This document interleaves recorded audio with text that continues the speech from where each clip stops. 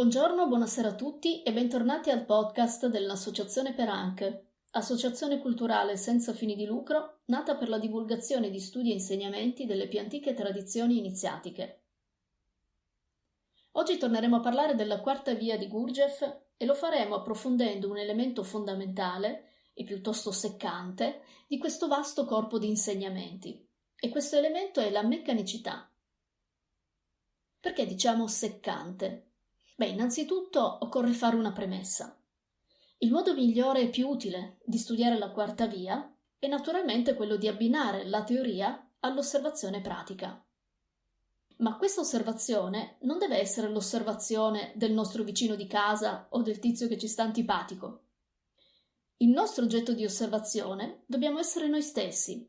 Dobbiamo capire quanto le caratteristiche dell'essere umano descritte da Gurdjieff riguardano proprio noi stessi.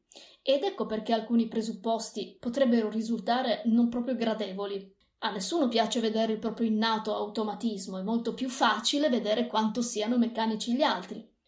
Eppure questa pillola amara è proprio indispensabile per comprendere la nostra natura e per poi porre rimedio ed acquisire un maggior grado di libertà. Secondo Gurdjieff, l'essere umano è una macchina controllata da influenze esterne e non ha la possibilità né di resistere né di distinguerle l'una dall'altra o di studiare se stesso al di fuori di queste cose. Noi ci vediamo sempre in movimento e abbiamo l'illusione, che si è radicata in noi da molto tempo e che è molto forte, di essere liberi di andare dove vogliamo, di poterci muovere in base ai nostri desideri, di poter andare a destra o a sinistra. Tuttavia noi non possiamo fare queste cose, perché se andiamo a destra questo significa che non potevamo andare a sinistra e viceversa. In questo senso, il concetto di volontà è un'idea che risulta sbagliatissima, perché questa volontà noi non ce l'abbiamo.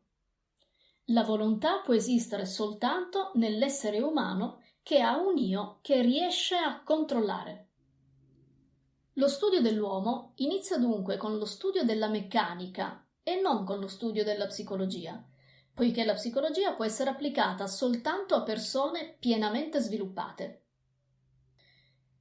Con le stesse parole di Gurdjieff in Vedute sul mondo del reale, possiamo dire che i nostri pretesi pensieri non sono nient'altro che formule prefabbricate ricavate da avvisi pubblicitari.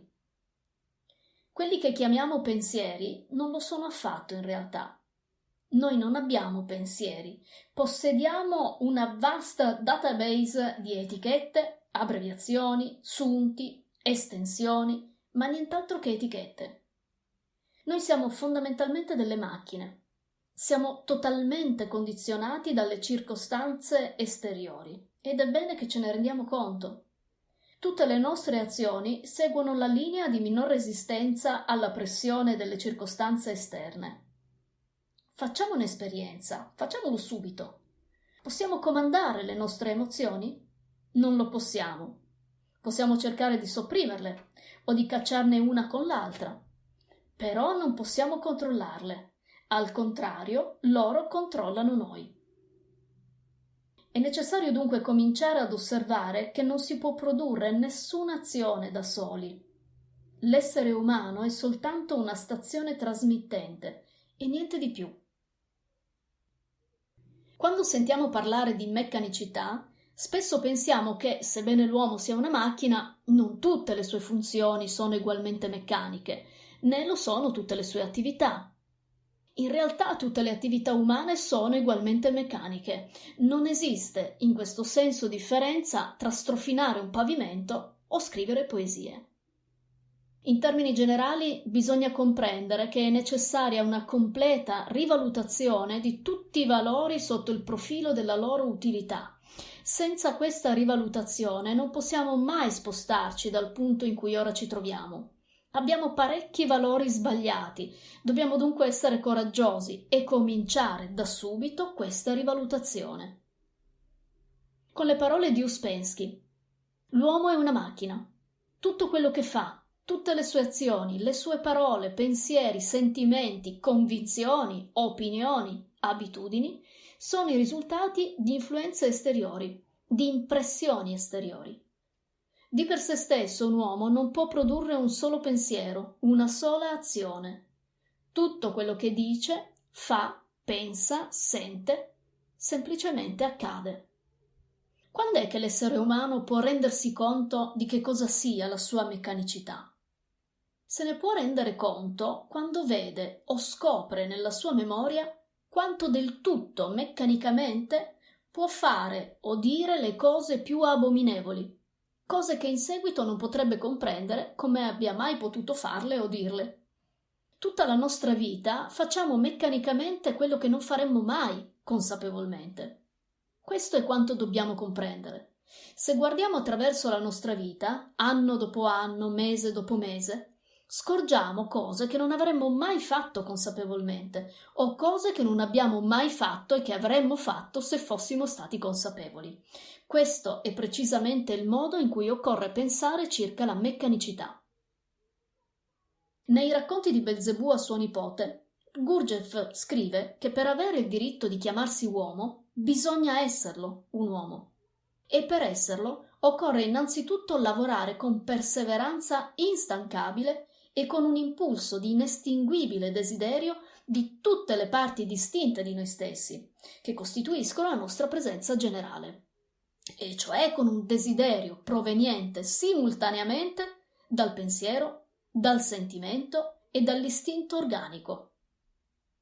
Poi, appoggiandoci ai risultati così ottenuti per mezzo della nostra sola coscienza, risultati che mettono in luce, ovviamente, sia i difetti della nostra soggettività, sia i mezzi necessari a combatterli, bisogna sforzarsi di sradicare tali debolezze senza alcuna pietà verso noi stessi. In poche e chiare parole, l'uomo contemporaneo, quale si rivela un'osservazione totalmente imparziale, non è altro che un meccanismo, seppure molto complesso, di orologeria. Pertanto lo studio della meccanicità nell'uomo contemporaneo è per noi il banco di prova per imparare una corretta osservazione di sé.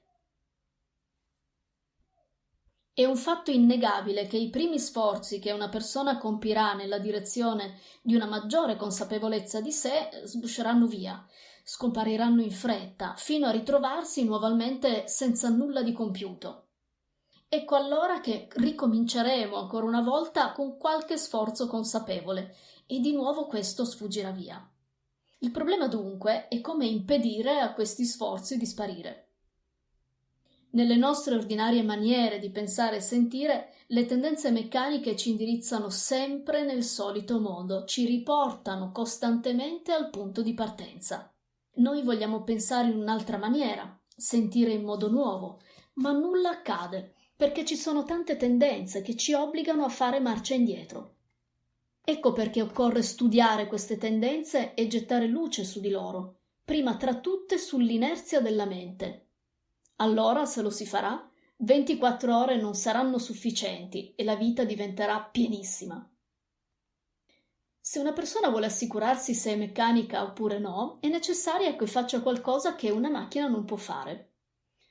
Proviamo. Se siamo collerici, possiamo provare a non arrabbiarci per un mese. Se siamo vittime, possiamo provare a non lamentarci. Se siamo pigri, a rimanere attivi, e così via. E questo rappresenta il nostro test. Avremo capito che nel lavoro di scoperta e analisi della nostra propria meccanicità diventa fondamentale una schietta e cruda sincerità verso noi stessi, dove per sincerità non si intende un solo desiderio di esserlo. Il solo desiderio di essere sinceri, infatti, non basta, non basterà mai. La capacità di essere sinceri è una vera e propria scienza. E persino la decisione di essere sinceri è difficilissima, in quanto ognuno di noi ha parecchie riserve. Ma solamente la sincerità e il completo riconoscimento del fatto che siamo schiavi della meccanicità e dei suoi inevitabili risultati ci può aiutare a scoprire e ad annientare gli ostacoli con cui inganniamo noi stessi, continuamente. Con le parole di Ouspensky, l'osservazione di sé sconvolge completamente il modo di pensare di una persona e la spoglia delle sue più piacevoli e tenere illusioni. All'inizio vedremo la nostra totale impotenza di fronte a tutto, letteralmente tutto ciò che ci circonda. Vedremo che tutto ci possiede, tutto ci domina e che noi non possediamo e non dominiamo proprio nulla. Le cose ci attirano e ci respingono. Vedremo che tutta la nostra vita non è nient'altro che una sottomissione alle proprie attrazioni e repulsioni. Come accennato precedentemente, possiamo comprendere la meccanicità e tutto il suo orrore soltanto quando facciamo qualcosa di orribile e ci rendiamo pienamente conto che era la meccanicità in noi a farcelo fare. Ecco allora che per essere capaci di vedere tutto questo è necessario essere assai sinceri con se stessi. Se cerchiamo di coprirci, di scagionarci, di trovare scuse e spiegazioni, non ce ne renderemo mai conto. Questo ci può fare terribilmente male, ma dobbiamo sopportarlo e cercare di comprendere che solamente confessandolo interamente a noi stessi, meglio ancora anche a qualcun altro di esterno a noi, possiamo evitare di continuare a ripeterlo. Possiamo addirittura cambiare i risultati mediante la comprensione piena e completa e mediante il non cercare di nasconderla. D'altronde, l'attrito crea energia. Se le cose sono facili non c'è attrito. Ma se si mettono i bastoni tra le ruote alla meccanicità, questo crea attrito, che a sua volta crea energia. Possiamo dunque sottrarci ai tentacoli della meccanicità e infrangere il suo potere con grandi sofferenze. Se cerchiamo di evitare queste sofferenze, se ne abbiamo paura, se cerchiamo di persuaderci che non è accaduto nulla di veramente cattivo e che in fin dei conti questo non ha importanza e che le cose possono continuare ad andare come prima, non soltanto non ci sottrarremo, ma diverremo sempre più meccanici e assai presto perverremo a uno stato in cui non ci sarà per noi una sola possibilità e una sola opportunità. Ascoltiamo dunque le parole di Gurdjieff in Vedute sul mondo del reale. Un uomo non è necessariamente quel che sembra. E non sono i fatti esteriori e le situazioni che contano, ma la struttura interna dell'uomo e il suo atteggiamento in rapporto a quei fatti. Ma forse pensate che quanto abbiamo appena detto sia vero soltanto per le associazioni passeggere.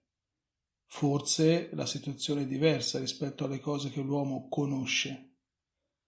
Ma a dispetto di tutte queste conoscenze, non siamo spesso lontani dalla vita reale e quindi disadattati? Noi siamo sviluppati a metà, come i girini, o più spesso ancora semplicemente istruiti, cioè in possesso di frammenti di informazioni su tante cose, ma tutte vaghe e inadeguate. Infatti un uomo conosce soltanto quando egli stesso è quella conoscenza.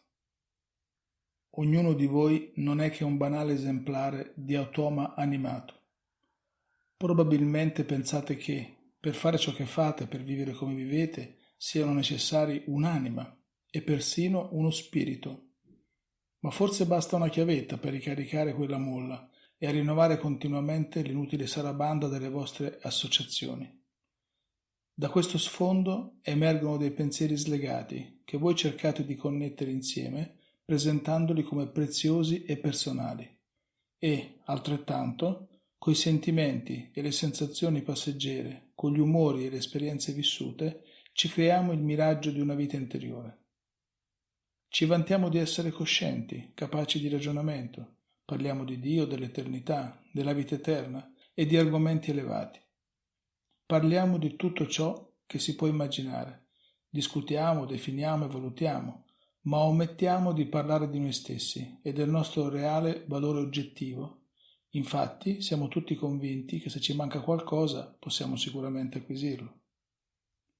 Se con tutte le cose che ho detto sono riuscito a chiarire, anche minimamente, in quale caos vive quest'essere che chiamiamo uomo, voi stessi sarete in grado di trovare una risposta alla domanda di ciò che gli manca, di ciò che può aspettarsi restando com'è, di quali valori può aggiungere al valore che ha. Ho già detto che certi uomini hanno fame e sete di verità. Se un uomo del genere si interroga sui problemi della vita ed è sincero con se stesso, si convincerà presto che non gli è più possibile vivere come ha vissuto, né essere ciò che è stato finora, che ha bisogno ad ogni costo di trovare una via d'uscita da questa situazione e che un uomo può sviluppare dei poteri e capacità nascoste soltanto ripulendo la propria macchina da ogni incrostazione accumulata nel corso della vita. Per il momento è tutto. Nella prossima puntata parleremo dei molteplici io. Vi ricordiamo che l'intero articolo, insieme a tutta la bibliografia di riferimento, è presente sul link indicato nella descrizione. Sempre sul nostro blog è possibile scaricare gratuitamente documenti e articoli di approfondimento o contattarci. Per rimanere aggiornati sulle nostre pubblicazioni ed eventi, iscriviti al blog www.associazioneperanc.com e su questo canale per i podcast. A presto!